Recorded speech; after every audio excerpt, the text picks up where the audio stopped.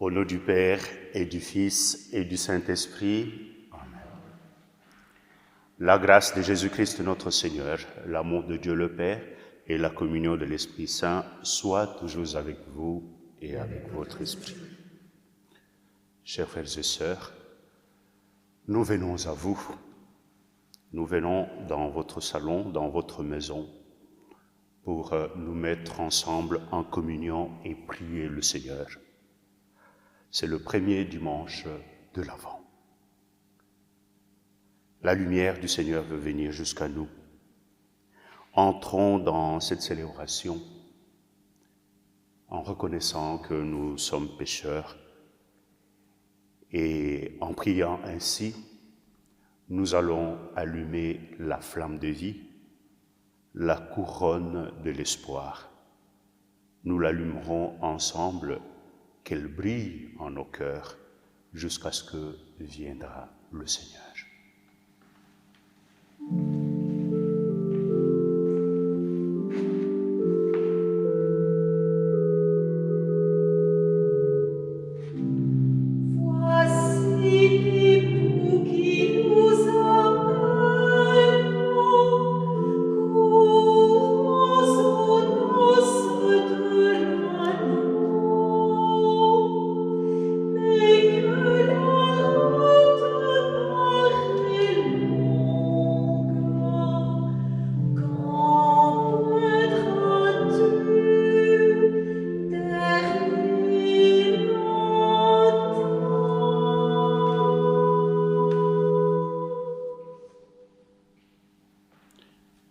Prions ensemble le Seigneur notre Dieu. Donne à tes fidèles, Dieu Tout-Puissant, d'aller avec courage sur les chemins de la justice à la rencontre du Seigneur, pour qu'ils soient appelés lors du jugement à entrer en possession du royaume des cieux. Nous te le demandons par Jésus-Christ, ton Fils, notre Seigneur et notre Dieu. Il règne avec toi dans l'unité du Saint-Esprit, Dieu pour les siècles des siècles. Amen. Durant le temps de l'Avent, on entend beaucoup la voix d'Isaïe, plus spécialement ces chapitres appelés le livre de la consolation d'Israël. Le prophète s'adresse aux exilés à Babylone. « Consolez, consolez mon peuple, dit-il de la part de Dieu. Dans le désert, préparez le chemin du Seigneur. » C'est à nous aujourd'hui que ces paroles d'espérance sont adressées. Lecture du livre du prophète Isaïe. C'est toi, Seigneur, notre Père, notre Rédempteur depuis toujours, tel est ton nom. Pourquoi, Seigneur, nous laisses-tu errer hors de tes chemins? Pourquoi laisser nos cœurs s'endurcir et ne plus te craindre? Reviens, à cause de tes serviteurs, des tribus de ton héritage. Ah, si tu déchirais les cieux, si tu descendais les montagnes, seraient ébranlées devant ta face. Voici que tu es descendu, les montagnes furent ébranlées devant ta face. Jamais on n'a entendu, jamais on n'a ouï dire. Nul œil n'a jamais vu un autre Dieu que toi, agir ainsi pour celui qui l'attend. Tu viens rencontrer celui qui pratique avec joie la justice, qui se souvient de toi en suivant tes chemins. Tu étais irrité, mais nous avons encore péché et nous nous sommes égarés. Tous, nous étions comme des gens impurs, et tous nos actes justes n'étaient que linge souillé. Tous, nous étions desséchés comme des feuilles, et nos fautes, comme le vent, nous emportaient. Personne n'invoque plus ton nom. Nul ne se réveille pour prendre appui sur toi, car tu nous as caché ton visage, tu nous as livrés au pouvoir de nos fautes. Mais maintenant, Seigneur, c'est toi notre Père. Nous sommes l'argile, c'est toi qui nous façonnes. Nous sommes tous l'ouvrage de ta main. Parole du Seigneur.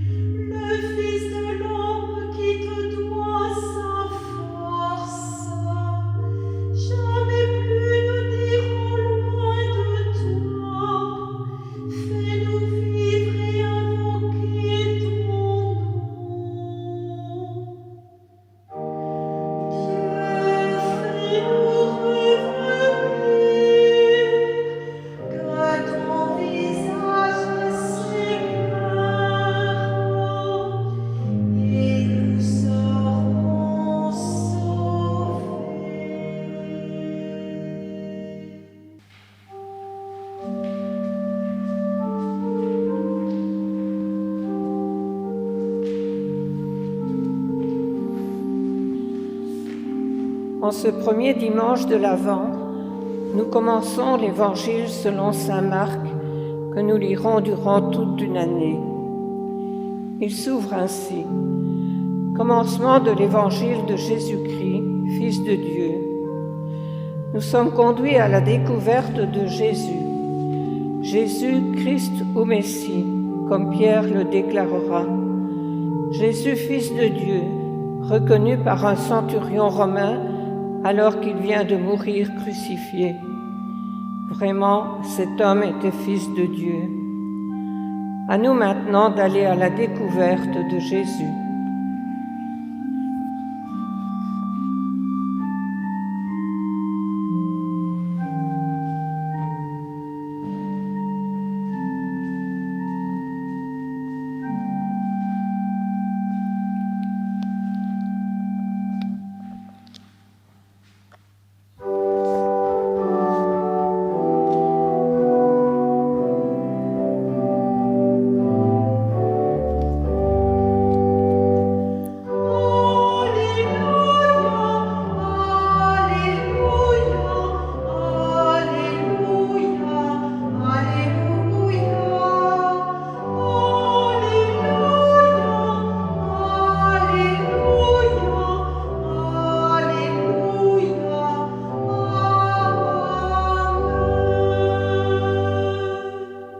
Montre-nous, Seigneur, ta miséricorde, fais-nous voir le jour de ton salut.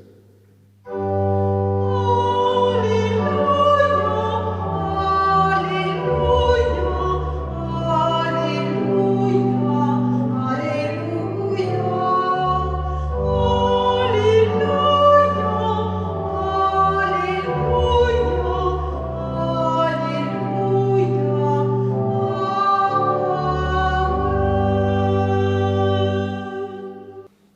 Le Seigneur soit avec vous. Et avec votre esprit. Évangile de Jésus-Christ selon saint Marc. Gloire à toi, Seigneur. En ce temps-là, Jésus disait à ses disciples, « Prenez garde, restez éveillés, car vous ne savez pas quand ce sera le moment. C'est comme un homme parti en voyage, en quittant sa maison, il a donné tout pouvoir à ses serviteurs, fixé à chacun son travail et demandé au portier de veiller. Veillez donc, car vous ne savez pas quand vient le maître de la maison, le soir ou à minuit, au chant du coq ou le matin. S'il arrive à l'improviste, il ne faudrait pas qu'il vous trouve endormis. Ce que je vous dis là, je le dis à tous, veillez. » Acclamons la parole de Dieu. Louange à toi, Seigneur Jésus. Voilà, chers frères et sœurs, bonjour encore une fois. La parole de vie vient vous rejoindre à travers cette vidéo, comme nous ne pouvons malheureusement pas célébrer ensemble autour de l'autel. Le texte de l'Évangile que nous venons d'entendre et qui nous fait entrer dans cette période de 4 semaines d'intense préparation à la venue du Seigneur est tiré de l'Évangile de Marc. En l'écoutant tous les dimanches de cette année, ça sera chaque fois une invitation, une occasion pour chacun de nous d'aller à la découverte de celui qui vient, Jésus, Fils de Dieu, comme Marc a bien voulu nous le présenter dans son évangile. L'Église nous parle de la triple venue du Fils de Dieu dans l'histoire. Il est venu en prenant chair de la Vierge Marie et s'est fait homme. C'est sa première venue, c'est l'incarnation. Il vient chaque jour, marchant à nos côtés, à l'écoute de nos prières et dans les sacrements. C'est sa seconde venue.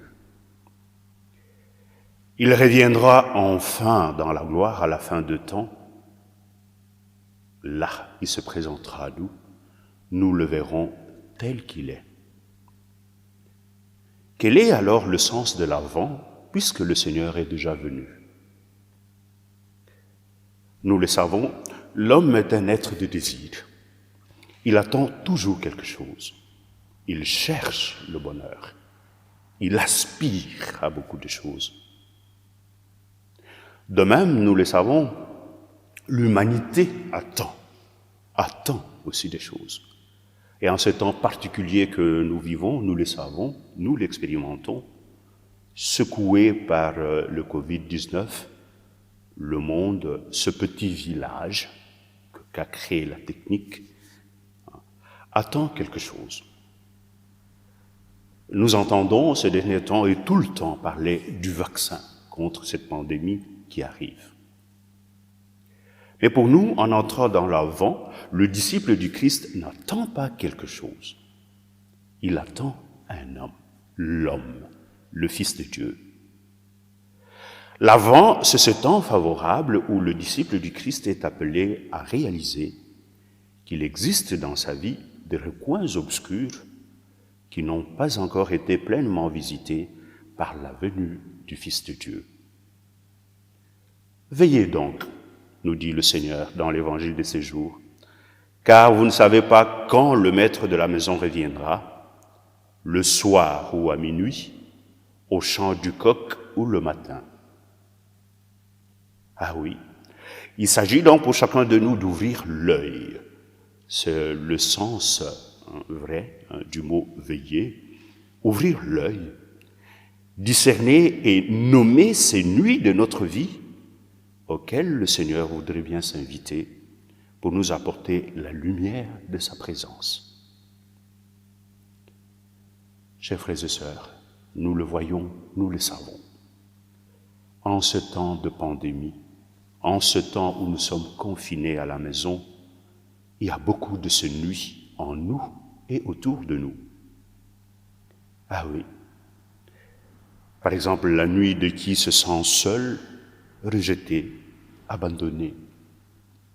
De ceux et de celles-là dont nous pouvons dire que quand le téléphone sonne, c'est juste peut-être pour leur proposer tel produit acheté, tel produit qui est vendu. On ne les appelle pas pour eux. Ils n'ont plus de contact de cœur.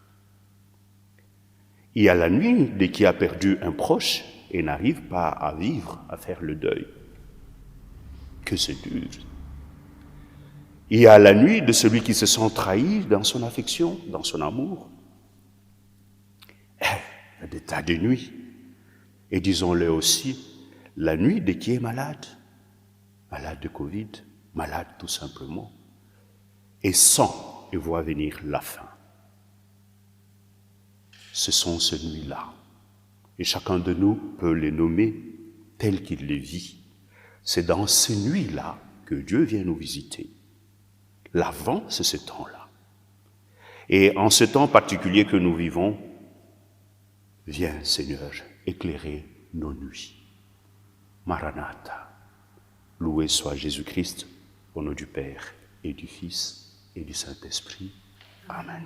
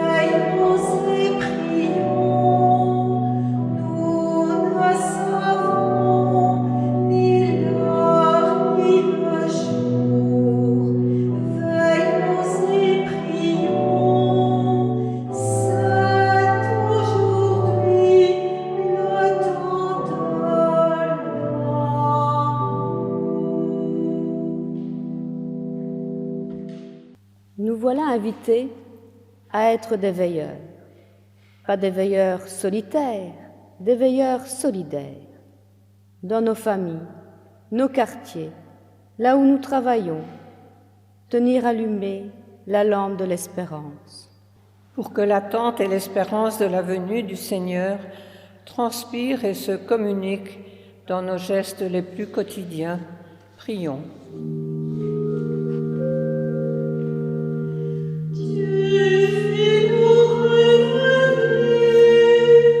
Que ton visage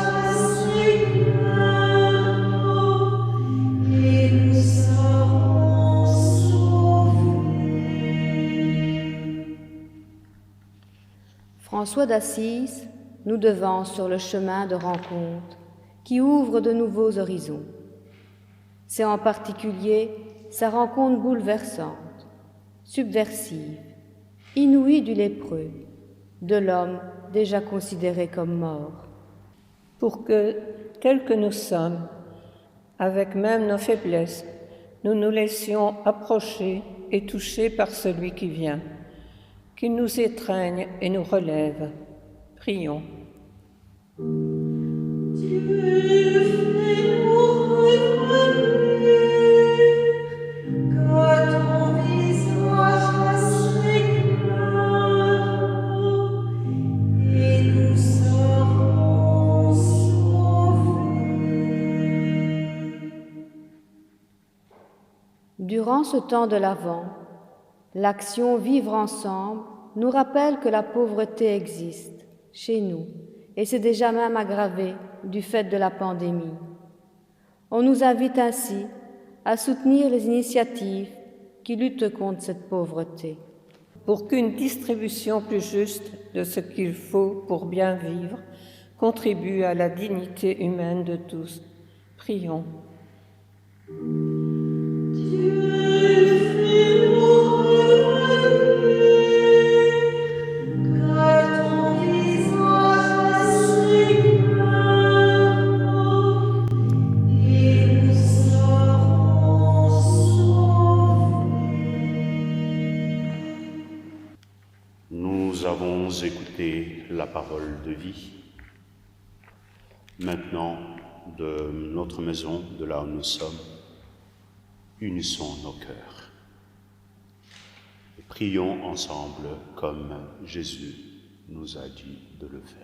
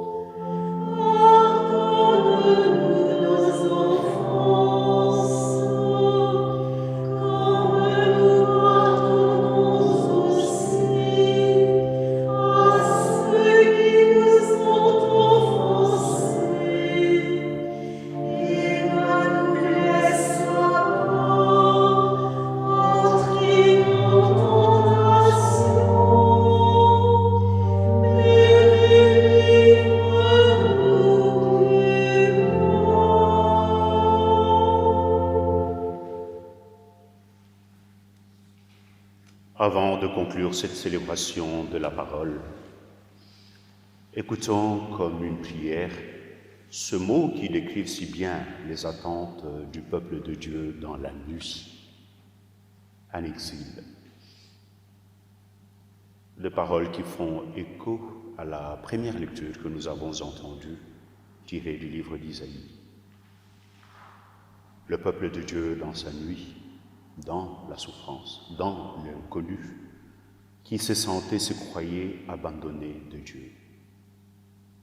Il constituait un peuple de cœur brisé. Ces attentes rejoignent les nôtres aujourd'hui dans la situation que nous vivons. L'Avent nous appelle à revenir au Dieu vivant, Père de Jésus-Christ, avec la flamme de vie allumée en nos cœurs. Revenir au Dieu vivant, c'est toujours retrouver le Dieu mystérieux.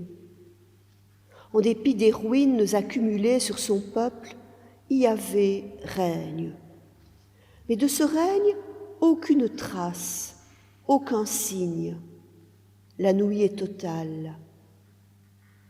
Il n'y a plus, en ce temps, ni chef, ni prophète, ni prince, ni holocauste, ni sacrifice, ni oblation, ni encens.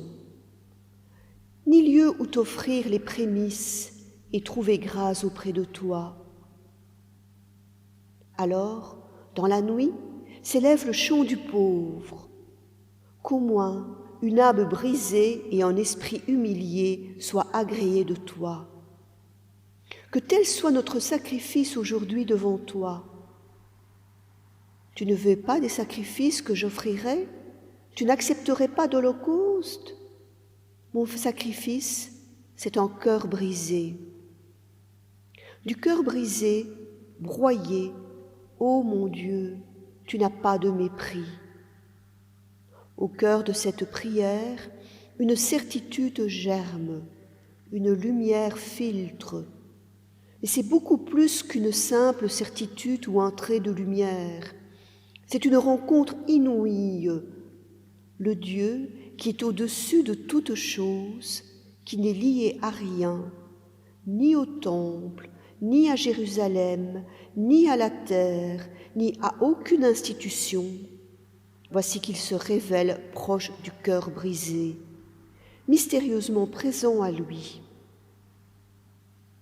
Elle a jailli de l'épreuve de l'exil, cette vérité que la Bible énonce à maintes reprises. Yahvé se tient près du cœur brisé. Telle est l'expérience bouleversante que sont en train de faire ces hommes et ces femmes qui ont accepté d'entrer dans la nuit de Dieu. Chers frères et sœurs, nous arrivons au terme de notre célébration. N'oublions pas, c'est une marche que nous venons de commencer. Dans la première bougie allumée de l'Avent, voyons le Seigneur qui est venu debout, qui nous attend. Nous marchons vers lui, jusqu'à la nuit de Noël où sa lumière éclatera en toute gloire. Oui, puisque nous le savons pour nous les disciples, confinement ou pas, le Seigneur est venu. Ce que nous allons célébrer à Noël, c'est, oui, le mystère de ce Dieu vivant venu nous visiter. Emmanuel, il marche avec nous. C'est dans cet esprit et avec joie, avec foi, que nous allons accueillir sa bénédiction. Le Seigneur soit avec vous. Vous croyez que le Fils de Dieu est venu dans ce monde et vous attendez le jour où il viendra de nouveau. À la clarté de cette lumière qui lève, que Dieu son Père vous guide en toutes vos démarches, qu'il multiplie sur vous ses bénédictions. Amen. Qu'il rende ferme votre foi, joyeuse votre espérance et constante votre charité. Amen. La venue du Rédempteur, pauvre parmi les pauvres, est déjà pour vous une grande joie. Quand il apparaîtra dans toute sa gloire, il vous ouvre le bonheur sans fin. Amen. Que Dieu Tout-Puissant vous bénisse et vous garde, le Père, le Fils et le Saint-Esprit. Demeurons dans la paix et la joie du Christ. Nous rendons grâce à Dieu.